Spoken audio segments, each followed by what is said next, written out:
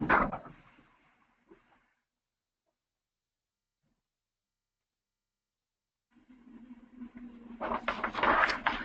afternoon, everyone.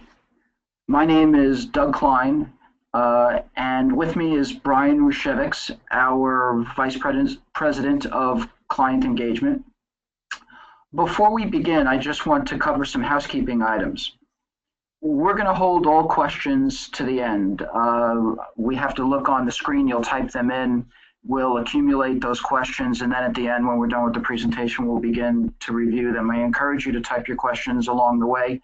We will answer all the questions. We may run out of time in order for that to occur, but we will certainly answer all questions by email and get back to you. For all the attendees who can stay to the end, pun intended, of course, for any attendee, we will send a copy of the deck. Again, for those who just signed on, if there are any technical issues, please email Colette Tarson, CTARSAN, @metris.com, or call 908-231-1900, extension 114, although I encourage you to use the email Colette Tarson, CTARSAN, @metris.com. So just to formally do so, I'd just like to welcome everybody to our inaugural event for our Metris webinar series on the impact of culture, engagement, and the employee experience. It's a three-part series that when I wrote it, it was predicated on my belief about the mission-critical role that people play in the execution of a company's business strategy and their achieving key sustainable business outcomes.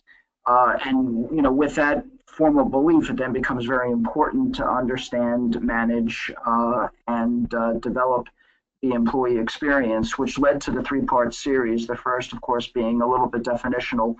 What is the employee experience? What are its parts? And how do I affect it? Then moving on to the second part of the series, which we'll deliver August 16th, and I would encourage everybody to sign up for that, is how do I improve upon it? Culture, engagement, talent assessment. How do we engage in that diagnosis? What's the frequency, the framework for doing that kind of work? And then the second part of it was really around big data and talent analytics, and how do I take data information and turn it into an opportunity for action. And then the third part of the series, which is how do I get any of this funded? How do we sell into the senior leadership team these concepts, get them to embrace them, and engage in the behaviors necessary for these activities to in fact be successful. And so that is really our third of the three, and we're pretty proud of it, and we certainly would encourage everybody to sign up for all three. Just for those who aren't familiar with us and are wondering why we get to sit here and talk about these things, just 2 slides on who we are. We've been around since the late 80s. We do assessment and talent advisory work. Our interest is really on those things that drive performance through people, and oftentimes those are issues around how aligned the organization is, whether it's enabled to get the work done, and then what's the state of the workforce that they have in our engagement category. We have 2 sides to the business, our assessment side as well as our solution side, and you can see a number of the elements there that really speak to the heart of the information that we're going to cover today. Our talk really comes from our experience across a number of clients of different sizes, public, private, large, small, family-owned, public institutions, really a wide variety there. And it's from that information and the research that we have done that we are basing our talk. So where to begin? I suppose the place to begin is with a definition of what the employee experience is. And you can see that here. It's really those cumulative experiences that shape the behavior of employees. And you can see the drivers listed here, starting with recruitment and working one's way around. I can't imagine that for anyone on the phone, these are earth-shattering insights, although We include leadership interactions there as a driving element of the employee experience, and a little bit around 6, 7 o'clock. We also include the work itself and the team, which is all the processes, day-to-day business practices that impact the employee as well. I would imagine that most of the folks on the phone here have these elements in various configurations and in various states of well-establishment. This webinar really isn't about walking into any one of them and asking the question about are the experiences of employees optimized as they work within each of these drivers. Although it certainly could be. We certainly could take any one of these and ask the question, how are those services being delivered, the onboarding experience, skill development, performance management, working with leaders, how is that being experienced by the employee? And give insight and guidance onto how to improve that. That's simply not what we're doing. What this webinar is about is helping you understand how employee experiences within and across companies can be so variable when these drivers that we're looking at here are in fact so similar across companies. Well, for those in the know, you know that the answer to that is because the cultures differ. And that is perhaps the place to really begin here. It's that invisible architecture that animates both the drivers, as we describe them here, as well as ultimately the firm's most important invisible asset, which is the engagement levels or enthusiasm levels of the workforce. But when we say invisible architecture here, we're really talking about the values, but really the culture as expressed those values, the leadership and management practices, the policies and procedures that touch employees in a daily way. And they manifest themselves in a number of different ways, and we can see a variety of different cultures that animate these drivers as one goes from company to company. Are we talking about a partnership culture where the coin of the realm is performance, mutual obligations, grounded in performance with shared rewards? Are we talking about a paternalistic environment where loyalty is the coin of the realm, and there's a lot of caring, like a parent to a child, but there's also a lot of control? Just think of those two cultures and how one might experience leadership interactions or performance management or even the onboarding process in those stark environments. Or is it a transactional culture where we don't look at it, we don't see employees any different than the paper clips? People show up for work, we pay them, we're pretty much even at that point. If business cuts back 10%, we might cut employees 10%. Or is it an adversarial environment where power is really the coin of the realm for everything that employees want, management thinks that it's a takeaway from them, implacable foes, adversaries to the last? Or is it a money-centric culture focused on greed? We saw examples of that in Wall Street, not too long ago. Or is it a customer-centric culture where, service at all costs? If you rent the helicopter to bring the package, you may have a conversation with your boss about why did you spend that much, but nobody will question your motives, as is a famous story from Federal Express. And so, that invisible architecture certainly has a profound and powerful effect. And, when we talk about culture, what we're really talking about, of course, is the values in practice. And those values, of course, derive from the deeply held beliefs of senior leaders, which often doesn't, I don't know if everybody saw that come across the screen, but apologies for that. The values derive from the deeply held beliefs of senior leaders, and that's of course the problem, because sometimes the words on the page don't match the deeply held values, and therefore the culture and practice is incongruous with the values, and therefore things begin to go awry. And so whenever you talk values and culture, as I'm already alluding to, you have to talk about issues of alignment. When you talk about issues of alignment, you can quickly run into trouble. without alignment, you can end up with some, as I say here, very public problems. There may be a wide range of ages on the webinar here. I don't want to assume that when I put up this chart and people see the word Enron, everybody goes, "Oh yeah, Enron." But for those who don't know, these companies, especially Enron, but all of them here, represent monumental failures where values and practice, as I say here, bore really little resemblance to what was going on day to day. Enron was recognized by Fortune as one of the most innovative companies 6 years in a row, heading up to the business pullback and problems in the 2001-2002 timeframe. They were an energy company, a commodities company, a service company, one of the biggest companies in the world.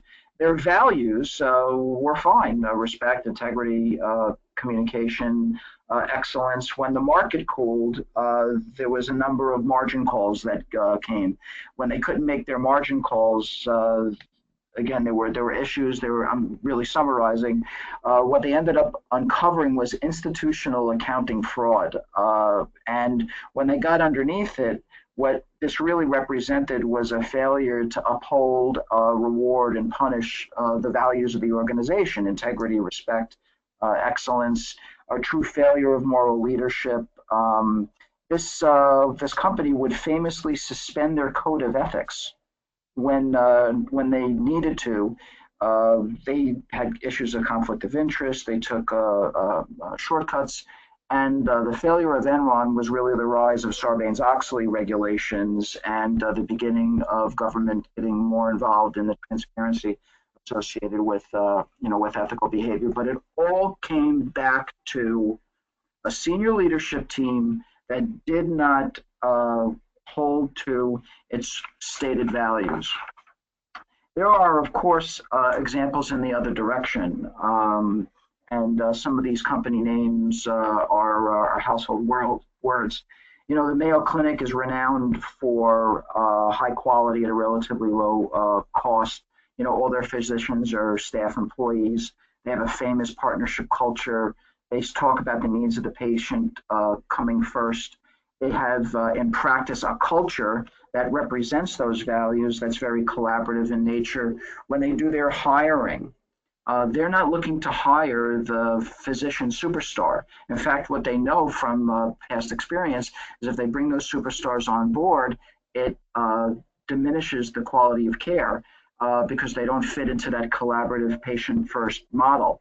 And so they've adjusted their systems, their HR practices, their business practices to be in alignment with their values. Or we can go to Costco, which is an example of a company that overpays in the eyes of the marketplace on paying benefits. And if you do a search on Costco, you can see that they routinely beat up on Wall Street for paying too much. But if you also do an analysis of Costco and you look at them over, let's say, a 10-year run, they'll outperform the S&P, the Dow, and even Walmart in terms of returns for its investors. The last one I might mention is Nucor Steel, which is by far the most profitable steel company in its sector. The CEO there has famously talked about pain sharing. Rather than cut employees, which, by the way, he doesn't see as a moralistic issue. He says he would do layoffs if, in fact, the layoffs were good for business. But he's famously quoted for saying that, if I cut my employees the moment my business pulls back, what kind of employees will I be left with? And so he has a no layoff policy and gain sharing programs. And it's really quite an interesting place, but not run by a moralist. It's run by a business person who has made the judgment that managing people in this way is in fact good for business. And you can see some of the quotes that you get from employees that work in these kinds of environments where, in fact, the culture that they experience day to day is in fact aligned with the values. This then raises a question around, is it even possible to know if there are misalignments within your organization? Will we be able to tell if there is a misalignment between, let's say, what we stand for, our values, and how we're working each day? And of course, the answer to that is yes. You can ask questions in an instrument, a survey instrument, to what extent do you see our values carried out and practiced? And then you can look at the distribution of scores. In this example, for this client, about a company of about 5,000 people, nearly 300 units. At the unit level, you can see the distribution, the number of units that are below, the number of units that are above, and you can get a real sense of, where there's variability in the application of the values in practice. And it's only through measurement like this, measurement of the entire company with an appropriate question set, probing questions, that leaves you with the information that you need to assess not only is your culture being delivered day to day, but where and how to take action. In fact, by doing these kinds of assessments, you can identify bright spots, areas where, in fact, the organization, the leadership, the employees are saying, it's possible, and it's possible here. Come take a look at us here. And so, measurement certainly has to play an important role in the feedback loops around, is there or isn't there alignment between the culture and practice and the values that we stand for, because both the values and the culture are important drivers of how employees are experiencing the organization. So what becomes very, very clear here is, that a positive employee experience requires alignment throughout the elements of the invisible architecture. And so what we thought to do is to begin to break this down. And again, just as a reminder, this webinar is not about, the most important driver, as I had illustrated earlier, but it turns out it's those things that influence how that driver is being expressed day to day. It's that cultural component. And so it certainly starts in the C-suite with the development of those values or the refreshing of those values. It then gets manifested day to day through the culture, through the leadership, through the management practices, the policies, the processes, the procedures that impact employees every day. And then there's the branding component that becomes associated with many organizations in terms of their value propositions. Now, we talk about 3 value propositions, and some are more related to each other than the others, and we'll talk about 2 of them for sure. The first is the employment value proposition, which really seeks to answer the question, why should I join? And ultimately, why do I end up staying at this organization, which is then often paired with what we like to call the leadership value proposition, which is what kind of leadership behavior can I expect as an employee here? And often they're expressed as one statement, the EVP and the LVP. And then, of course, the customer value proposition, which has much more to do with the marketing element. The middle piece here on culture is a lot to chew. What represents a strong culture that creates a positive employee experience? How do I assess talent experiences of culture throughout the organization? What do I do with this information? How do I manage all of that, the talent analytics associated with it? We carve that out as the second webinar. We're not going to deal with the customer value proposition, although of course we could here. But what we really want to do is to begin to break down these other 3 elements and talk about, what are, the most important elements that are driving the employee experience. And that, of course, is going to start with the values of the company.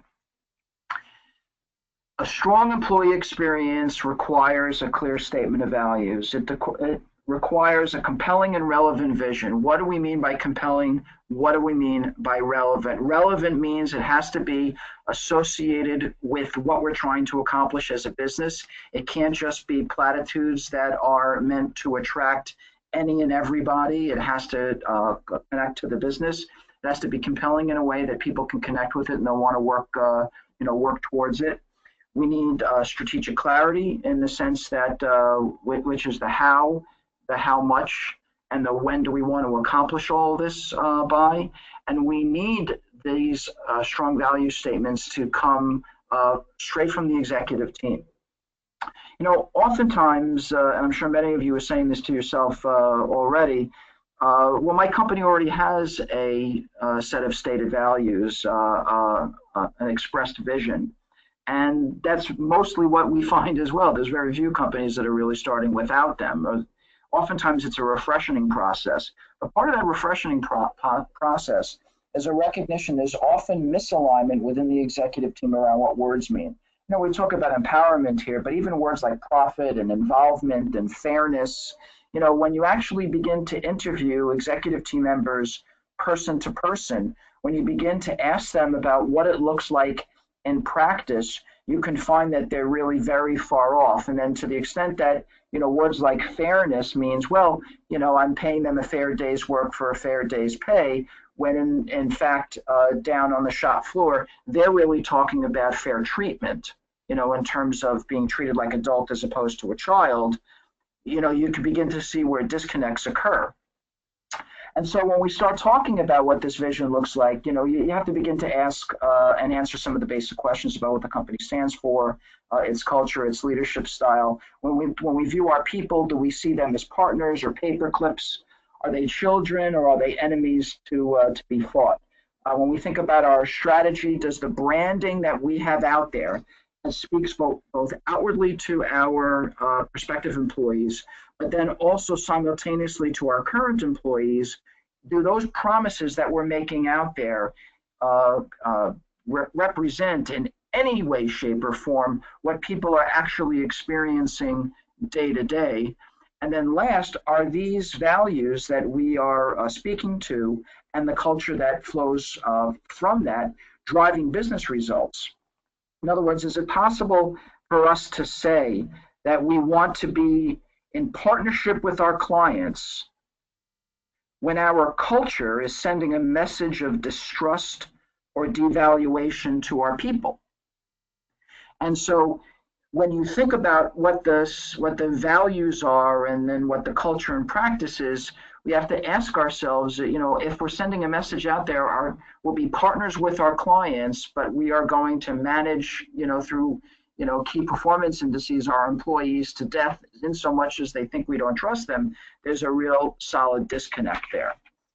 And so there's a process that companies go through, and I just thought to capture what I tend to do, what Metris does when we do this kind of work. And it's not earth-shattering. There's a development, a defining, an aligning, an assurance, which is a measurement component, and then an embedding these elements in the fabric of the organization. If we start with development just for a moment here, this is typically starting off with interviews, one-on-one interviews with executives, deep interviews. And we're not talking about 15, 20 minutes, and we're talking about probably an hour plus long interviews with executives to really understand what their deeply held beliefs around people and the business and how these things connect with one another, then bringing the team together in a way that enables them to interact and share some of their definitions and fall upon a language. This kind of this development step is often best facilitated. It's very hard for the executives to do this themselves. And then a component that many teams miss, and I'd encourage you to go back and look at your values, is the best companies, if you actually look at their mission, their vision, their values, there is something available there for customers or clients, employees, the community, and the business at large. And so it speaks to the importance of making a profit just as much as it speaks to the impact that it wants to have on the community, the role employees play, the importance of customers. Because oftentimes when you don't include those elements, you're leaving things out, and when you're not managing them, they get managed for you, obviously. When then you get into the definition phase, where we're now taking these words and we're seeking to put some meaning to them. What does it mean to say that patient comes first? Or what does it mean to say that employees are our most important asset, or that involvement in decisions is a key value we hold here, or that we're an ethical company? What does that look like in practice, and what doesn't it look like in practice? Getting the organization to come up with critical incidents that define these things is again a step that we always use, and that many organizations find incredibly helpful. The next part is communications. Many companies struggle here in creating alignment, especially within the management structure around these elements. And the next comes metrics. the assurance process, which we are going to cover in great detail in the second webinar on August 16th. And in the last, to embed these values and their expression in the day-to-day policies, the practices, the procedures, the drivers that I had opened with that surround the employee experience. Values and culture don't touch people directly, they touch them indirectly, because those cultural descriptors, those values become embedded in the way and the manner in which the work gets done. And then, as you can see at the end there, the way in which it's often spoke about as well, whether it's through the EVP, the LVP, or in fact what we're promising customers. If you say to customers, we aspire to have a 100-mile-per-gallon car, but don't deliver a 100-mile-per-gallon car, you are likely to have less customers. The same things with employees. If you say that you are going to deliver things and those things aren't delivered, bad things can accrue, which is the importance of not only developing a value statement or a branding statement, but embedding them in the organization as part of the way in which we do work. So let's now kick over to the value proposition. What is an employee value proposition? It's really a promise, and it consists of a number of short phrases or statements or words that answer a very, very basic question around why do you deserve the people that you deserve? A component that many know intellectually, but on a practical basis don't solve for, is the fact that your employment value proposition or your employment brand, your employee brand, simultaneously speaks to all of your current employees as well as your prospective employees. And I have to tell you, in the days now of social media, if you're not actively managing your employee brand, it's going to be done so for you in places like Glassdoor and other unmanaged locations where employees, often disgruntled employees, begin to control the debate. And so this employment image that we're talking about that a company can share with the marketplace, there's often an overarching message, and then it typically gets refined by the major roles that one is seeking to fill. A mistake that companies often make is around treating this as simply more marketing, and that can't be a bigger mistake. The employee value proposition needs to be a promise that the company delivers upon. It requires effort in its development, and as I say here, perseverance to make that part of the way in which new employees and current employees actually perceive the environment. And so, just to pick up on this theme, we're not talking about the development of a utopian state.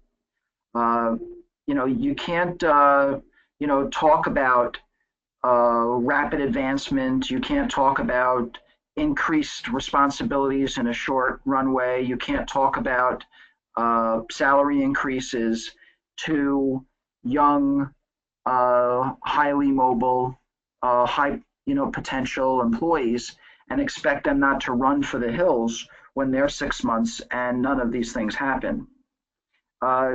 It's important to have the brand be in alignment with the overall business strategy, as opposed to simply being a set of words that the recruiting team has felt will attract the most millennials so that they can fill the interview slots that they have to produce for next week. Often the way companies get there, it derives from the pursuit of a number of different questions and a number of different themes with a number of different people through a process that I'm going to share with you in the next page.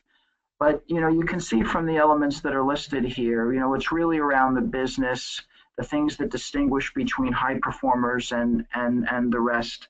and developing a brand that's then reflected through the culture, that's in support of the values that that the company can deliver upon.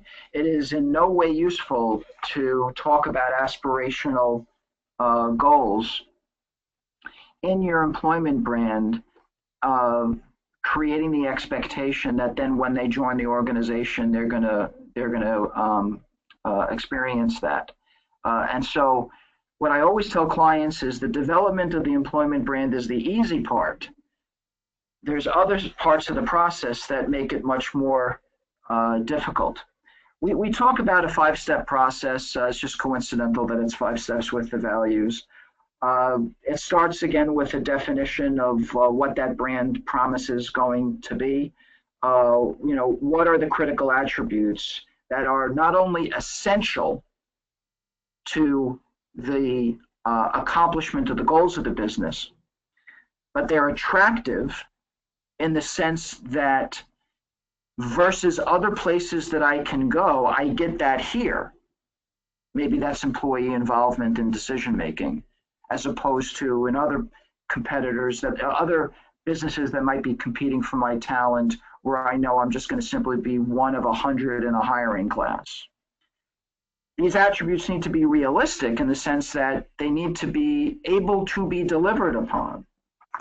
And then in the last and defined phase, one needs to look at your list of brand attributes, your employee brand attributes, and see whether in fact they're differentiating.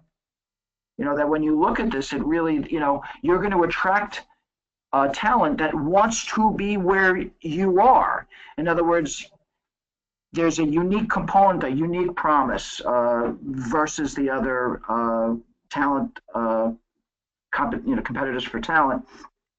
And then to assess yourself where you are on the delivery of that. Then there's the operationalization phase, which is where are we now? Where could we be? Why should we focus on this now? What are the barriers to, creating an empowered environment, and how do we manage the change around that? We get into the measurement piece, which again, I will touch on in great detail on August 16th. What are the metrics that we should be focused on, and how do we organize those metrics in a way to give us feedback? We look at the selection process, the attraction metrics, how many people are turning us down, what are we learning through the new hire process, what does our culture data say, what do our retention statistics look like, and use all that together in a strategic way to answer the question, is our brand being delivered upon? Is our culture in service of our values? Is there alignment between the culture and practice, the brand that we are selling to prospective employees? Or are in fact we selling them a bill of goods and we're getting high turnover a year later? Then the last two pieces are the tough parts, the embedding and the continual management. We need to align our infrastructure, our leadership behavior, our business processes, how we're communicating. We need to plan for resistance. When you say as part of the brand, in order to recognize the shift, the quantum shift to courting millennials of what they want out of work, and you've done all the legwork to make the organization be successful in support of those kinds of attributes, like involvement, you may get resistance from old school leaders and managers, and you need to prepare for that. And that's part of the aligning and the embedding process. And then the last, is there a feedback loop that works all the way up to the executive team that continuously asks the question, is our employment brand in alignment with our culture, which is supporting our values, or are we on pace to become another Enron or a Tyco or something less than that, organizations that sometimes lose their way? Goldman Sachs was famously customer-centric, client-centric. And then a few years back now, maybe more than a few years back, there was a very famous resignation letter that was printed in the New York Times that talked about how Goldman had shifted, at least in this individual's mind, from being a client-centric culture to a money-centric culture. And so it's very important that that all of these elements, the feedback loops on values and culture and brand, end up on the desk of the senior team. In the last, as we start to talk about the second part of the branding components, is what we like to call the leadership value proposition. And it typically lives within the broader employee brand. And so, it's not something that lives separate. But what it does is it forces the organization to think about what kind of promise are they making to prospective employees, to current employees, about the behavior that they can expect from people in position of management authority here. What are the leadership expectations from the employee perspective? Collaboration, involvement, treatment, work-life integration, career development. It helps clarify in the minds of prospective employees, and I promise you in the minds of current employees, what they can expect from the company and its infrastructure, but also what they can expect from leaders themselves. I can't tell you how many times I go into an organization and I hear the company saying, a lot of career development depends on the behavior of our senior, of our first line and middle managers. And then when we look at survey results, we find that employees are saying, my manager is so overwhelmed that he or she is incapable of focusing on my career development. And so, this puts a stake in the ground by making the brand promise inclusive of key leadership behaviors as well. The other thing that the LVP does is it drives leadership alignment throughout the organization. It causes the organization to ask itself, what is it that we expect from everybody and how are we going to hold them accountable to it? The development work for this runs in parallel to the EVP process that I just described. And I know that there are a number of people on the call here who are steeped in data and perhaps even survey research. And so for those of you that aren't, one of the most powerful findings that I have seen, at least only the last 25 years, and I'm sure it's been true since organizations began, that some of the most important predictors of a team member's desire to work hard, stay, and perform has to do with the behavior of their leaders and their managers. And so why would we only then focus on an employment brand that speaks to the promise that the company, sort of the institution, is making?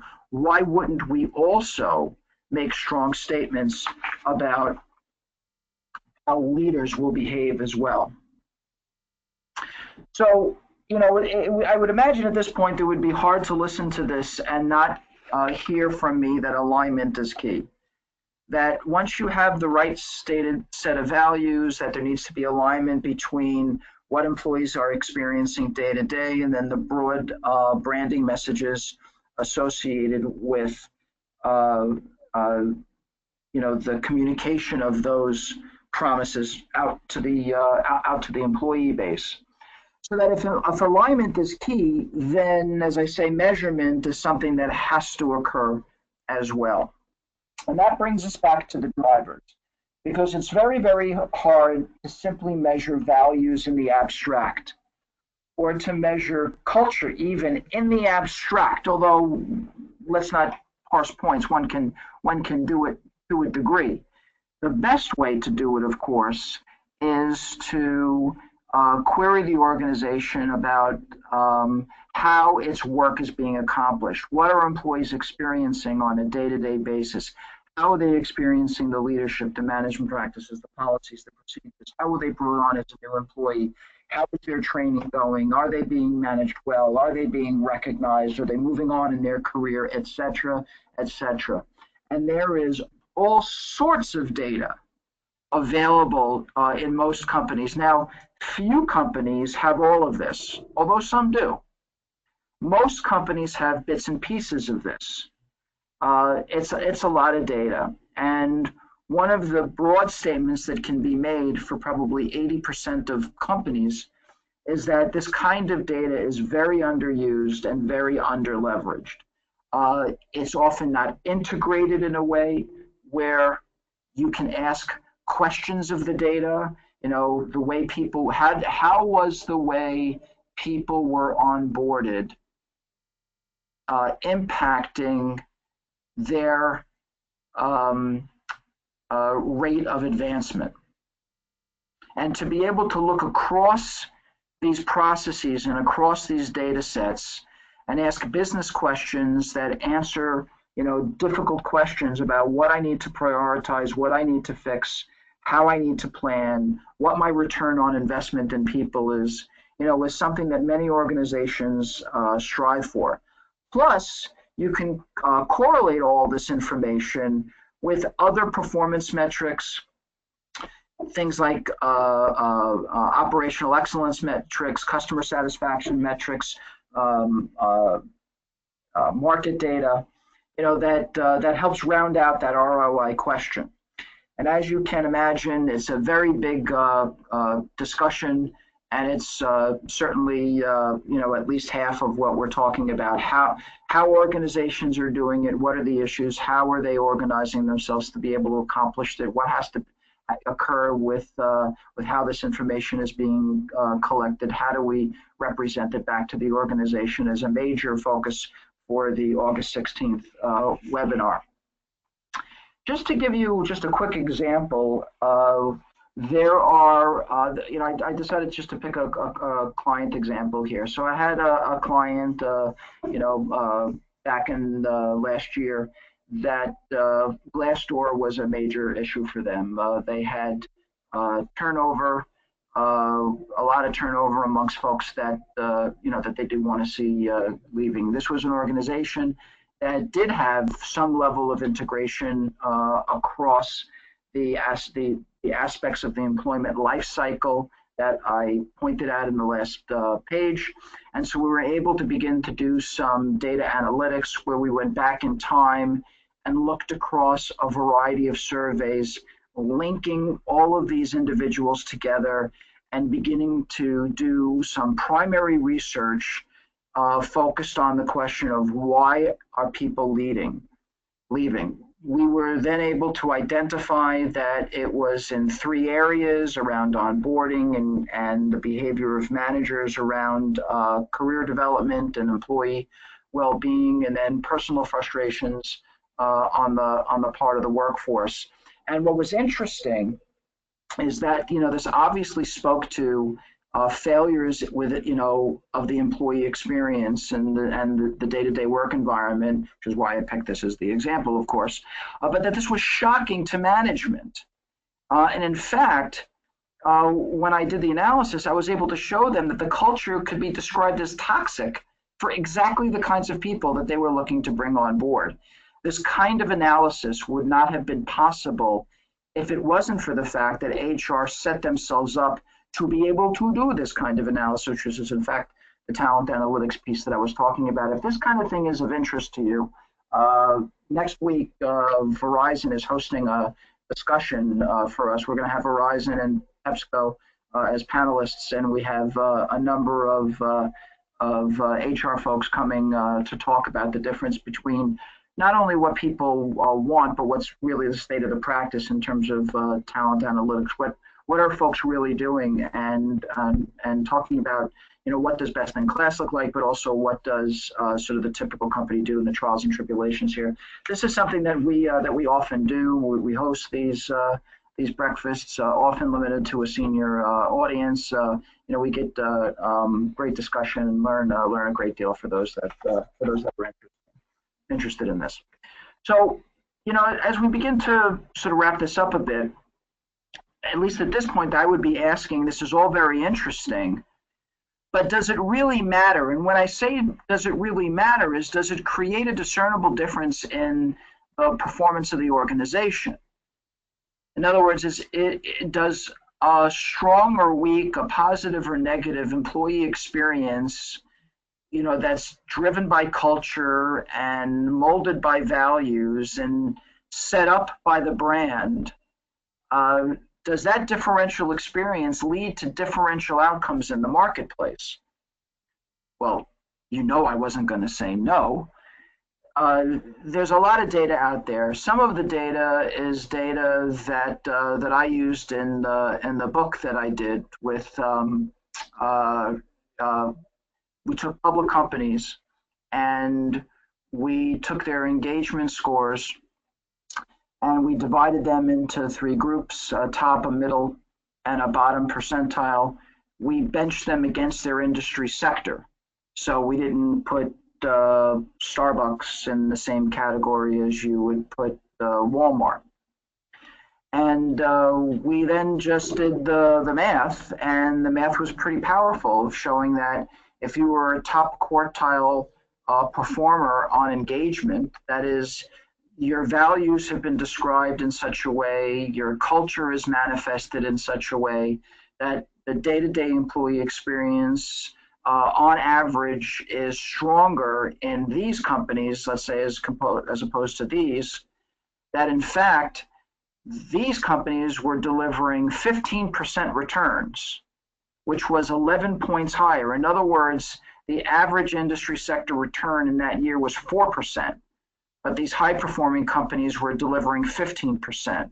And the converse being true, of course, as well, that those who were really in the bottom, their industry benchmarks were delivering 8 points higher than, no, excuse me, 13 points higher than they were themselves.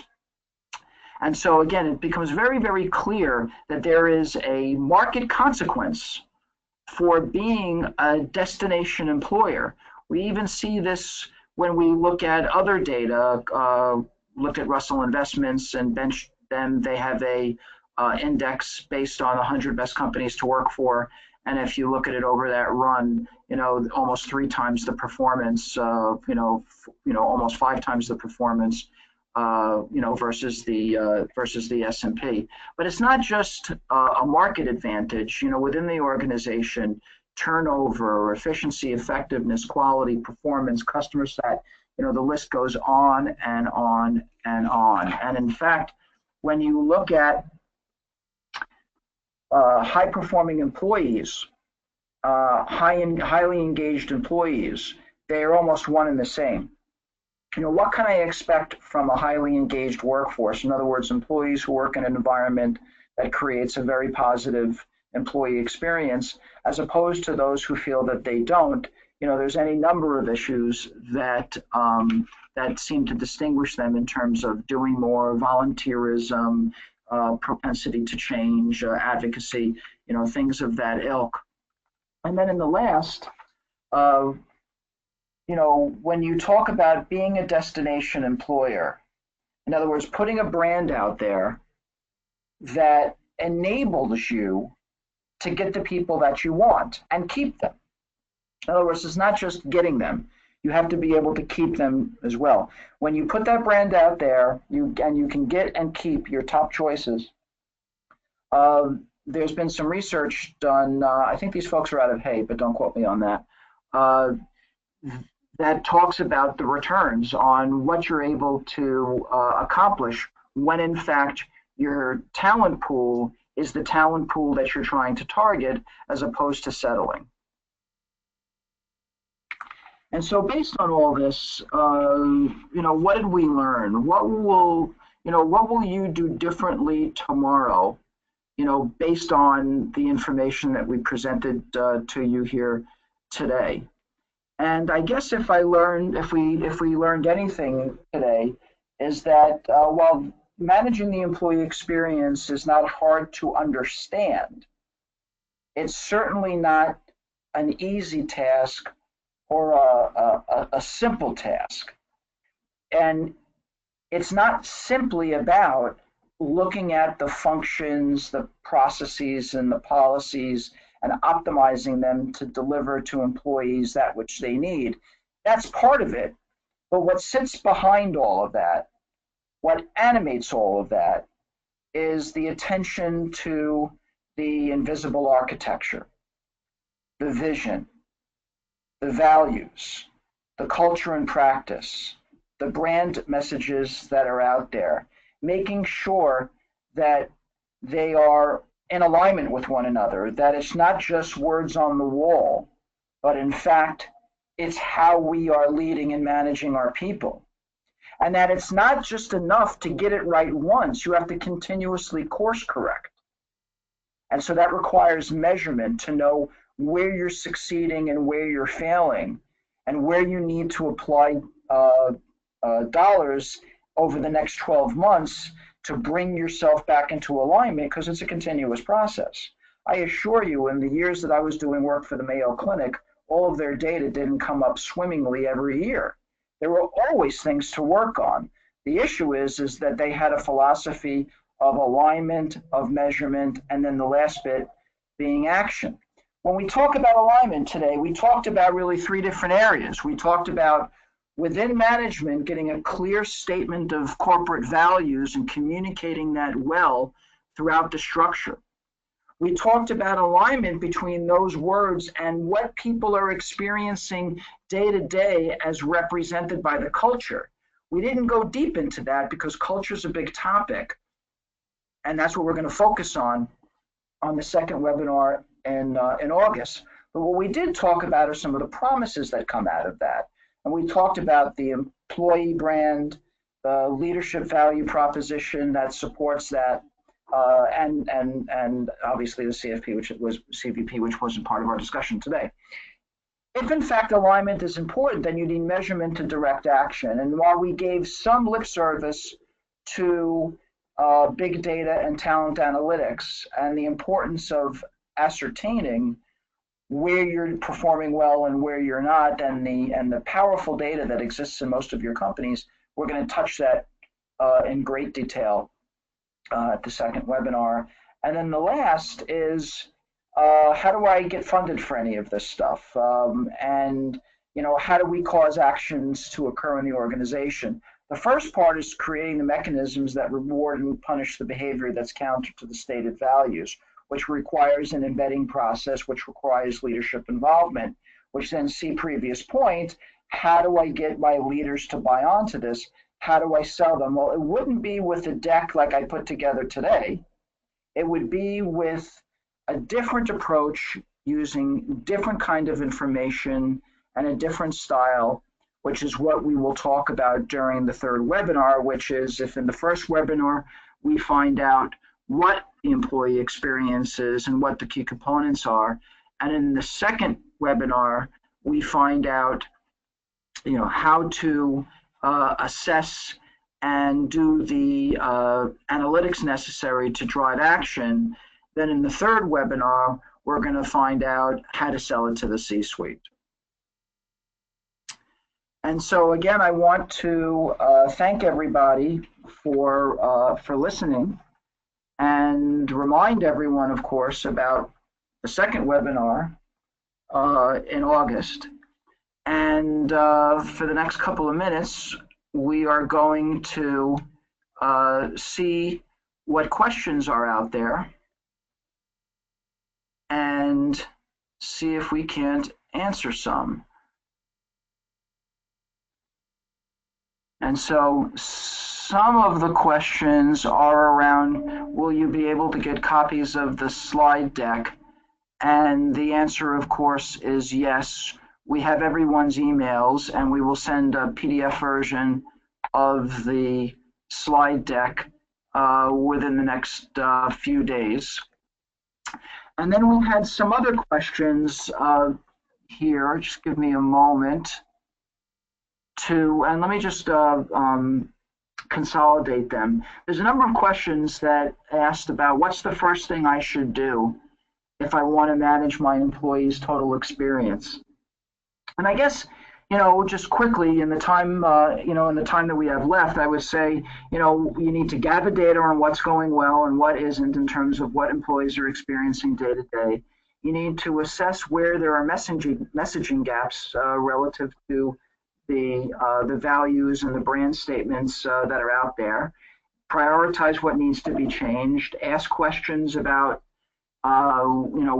where your values are being well deployed and where they are coming up short.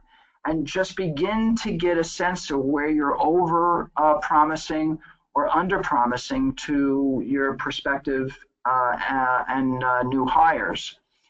And once you take a look at that, that'll begin to paint a picture of where the way in is. It may be in through culture, it may be in through values, or it may be in an area that we didn't cover today, which is going deep into one of the processes, and optimizing how employees are experiencing that.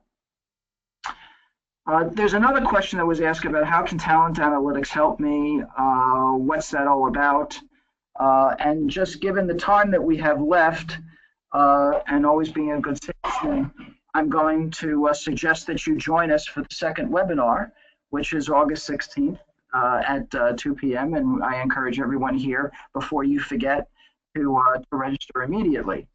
So with that said, I just want to thank everybody for joining, and wish everyone a good day. Thank you.